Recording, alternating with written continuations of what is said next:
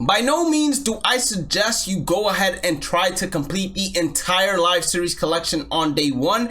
I always will suggest you to save it for later on inside the game cycle as the cards progressively get a whole lot cheaper. But despite that being said, there are some collections that you should be working on completing as soon as possible, and then there are some collections, 5 in particular, inside this video that I will spread out that I believe you need to do on day one because they are going to bring you the best bang for your buck. So make sure you guys go ahead and not only put the minimum buy orders, but also look at some of the cards. For example, inside the Orioles collection, you have Adley Rutschman, and Adley Rutschman you most likely are never going to get for the minimum buy order because there is possibilities of him going diamond. So you will want to be a little bit more competitive in terms of the buy order you put for Adley Rutschman. But talking about the Orioles, let's start with them in terms of live series collections that you need to do. They have Jim Palmer. This Jim Palmer has 80 hit per 9 and 91 pitching clutch. Both of those numbers are pretty good for an 87 overall diamond starting pitcher with the arsenal that he has. He has the 4-seam, he has the 12-6, the slider, the sinker, and the changeup. Ideally, all the pitches you want a starting pitcher to have. Not only that, but he also has very good pitch differentials. I believe that this is one of the collections you need to go ahead and do on day one, in particular because if Adley Rutschman comes out of the gates hot, there is a good possibility that within a month or two he will be a diamond, and this collection could get a whole lot more expensive as well depending on how the Orioles come out of the gates. The second collection we're going to talk about is the Boston Red Sox, but you do not need to complete this collection on day one. You get yourself 87 overall Johnny Damon center fielder. Overall, this card is not a very good card at all. He has great clutch, which is going to help you out whenever there are runners in scoring position, but the fielding and the reaction just turns me away from it because at center field you need some of the best fielding animations as well as reaction animations, and this year bronze fielding animations and reaction animations just aren't going to cut it. Another reason why this would be a good one for you to go ahead and at least put buy orders in is because there is a strong possibility that Chris Sale and Devers have the chances of going back to diamond this year. The Toronto Blue Jays is another one similar to the Boston Red Sox that you want to gradually work towards. Unfortunately, it's going to be one of the ones that is a little bit more costly despite not having any diamonds. Why? Well, because they have themselves about 9 golds. Carlos Delgado is a platoon hitter with great clutch that helps him out with runners in scoring position. The power versus lefties is not ideal. He only plays first base, so that's also not ideal to go ahead and let's say try to complete on day one mandatory since he only plays first base or DH. The Detroit Tigers have no golds inside their Diamond Dynasty collection, but they do bring you 86 overall Hal Newhouser,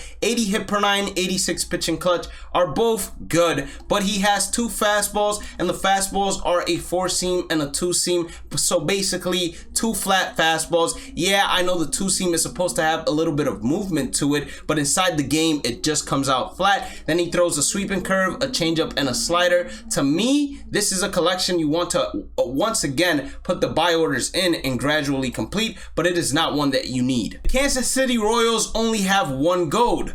This is a collection that you do not need, but you should gradually work towards completing. Why? Because Bobby Witt Jr., if he comes out of the gates hot, has a chance of going diamond. So does Salvador Perez this year. You get Alex Gordon, 86 overall, great contact against right-handers versus left-handers. It's okay. And then his clutch at a 76 doesn't help him out whenever there are runners in scoring position because it decreases his contact against both sides. But the beautiful thing about this Alex Gordon card is that he has diamond field and then gold reaction animations inside the outfield, and if you go ahead and put him at his secondary positions, he's still going to have those diamond fielding animations and gold reaction animations, which are not too bad for someone that can also play third base or any other position inside the outfield. The Oakland Athletics are another team with no golds whatsoever, so these are going to be some of the cheapest collections you can go ahead and knock out, and they bring you 85 VIDA Blue, who has an 84 hit per 9 and a 70 pitching clutch. Anytime a pitcher has less pitching clutch than their hit per 9 and it's drastic, that usually should turn you away from that card. Another thing that's going to turn you away from this card is he only has one fastball, and then the other pitches are a curveball, changeup, and a slider, and the curveball and changeup come relatively at around the same pitch speed, so you're not going to be able to fool too many hitters with that pitch. Now before we move on, let me remind you to please hit that like button or subscribe button, turn on the channel notifications, and check out the description for the Twitch, Discord, social media links, and how to become a member of the channel. We stream daily. We have an MLB The Show community. Just select the role inside the Discord. I give you updates via social medias, and then becoming a member is how to support me. Let's go ahead and continue. Washington Nationals are another team that do not have any golds, so another cheap collection for you to go ahead and knock out. You get 85 overall center fielder Andre Dawson. Andre Dawson is really just a hitter against left-handers whenever there are no runners in scoring position. Whenever there are runners in scoring position, if you can't tell, that's 44 clutch.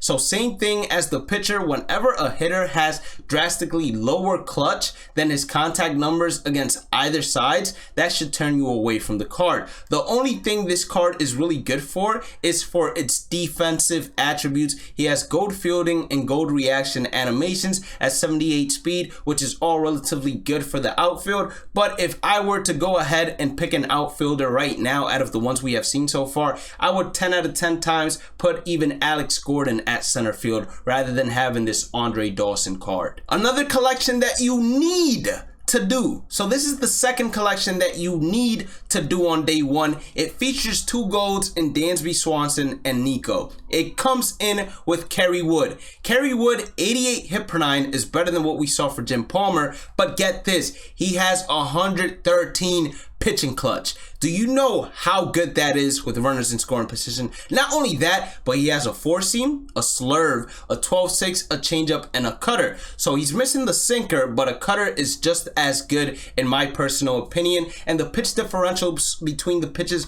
are also really good. He does not have outliers, so that unfortunately makes him a little bit less valuable. But for the hit per 9 and pitching clutch and the arsenal that you're getting and the bang for your buck, this is definitely a must complete day one collection. The Cincinnati Reds have 2 golds, and this, in my opinion, is the most important collection for you to go ahead and knock out on day one. Why? This 86 overall Rob Dibble. Now, yes, he has an 88 hit per 9 and then a pitching clutch of 94. It doesn't stand out like those previous starting pitchers, but the reason why the previous starting pitchers aren't as high on my list is because you can get a ton of starting pitchers from the other programs available inside the game and the featured program as well. The reason why this Rob Dibble does stand out, he has a fastball, a slider, and a cutter, but most importantly, he has outlier 1 on his fastball. So that fastball is going to come in 10 times faster, especially on the higher difficulties. And Rob Dibble is someone that people have always struggled to play against. And if you play at nighttime and you're on the road, this card gets even better. The Pirates only have 1 gold, and that 1 gold is AJ Burnett. And yes, excuse me, it's Brian Reynolds. The diamond is AJ Burnett. And yes, this is another collection. So this is now the 4th collection. There's 1 more missing that you need to go ahead and complete on day one. Why? This AJ Burnett, as opposed to Jim Palmer and Kerry Wood, lets us down a little bit in terms of the hit per 9 and pitching clutch. But what really stands out to me is the pitch arsenal that he has. He has a 4-seam, a knuckle curve, a sinker, and then he has a changeup and a slider as well, all at different pitch speeds, which go ahead and help him out tremendously as well. This to me is another collection that you want to complete as early as possible, because you don't know how high of an overall Brian Hayes can go up to or O'Neal Cruz can go up to, and since those are going to be popular players in Diamond Dynasty nonetheless, it means that the higher they go, the more people will invest in them, and then the higher the cost of the card it's going to be. We're now to the NL West, where we have the Arizona Diamondbacks. They only have 2 golds, and Luis Gonzalez is going to be their reward. This is not a must need. Luis Gonzalez has good contact numbers and then good power numbers. The clutch is better than both of his contact numbers, so with runners in scoring position, this card is going to be a whole lot better. Silver fielding and reaction animations in left field. 48 speed is not too good for the outfield, I must admit, but for Silver, reaction, and fielding, he is okay. Probably one of the best hitters and defensive cards that we've seen when it comes to being all-around build. We then head on over to the Colorado Rockies. They only have one gold, and once again, this is not a must-need on day one to complete. They bring you Todd Helton, who has 91 clutch, so with runners in scoring position, it becomes a very good card. Without runners in scoring position, it's still decent. The 85 fielding at first base is going to help you out when it comes to scooping, just in case you have players or you get button accuracy throws that are inside the yellow meter of it, and that's going to be tremendous help, because if you have inferior fielders at first base, there is a higher possibility of them not being able to scoop the ball. But all in all, because he's a first baseman, there are going to be a ton of better cards available that bring you a lot more value, if not the same or a little bit less, that you wouldn't have to go ahead and complete an entire collection for. Last but not least, this is the final collection that I believe you need to do on day one, especially if you need starting pitching. It is going to be the San Francisco Giants. They do not have any golds either, so another relatively cheap collection. And the best thing about this one is 73 hit per 9 and then 102 pitching clutch. The 102 pitching clutch speaks out to you. You look at his arsenal: fastball, slider, curveball, circle change, and then the sinker with great pitch speed differentials. I'm telling you all, this card is going to be a very good one, and it's probably going to be sneaky good even at the higher difficulties, as well as all the other pitchers that I mentioned before. The San Francisco Giants have one of the best values when it comes to bang for your bucks,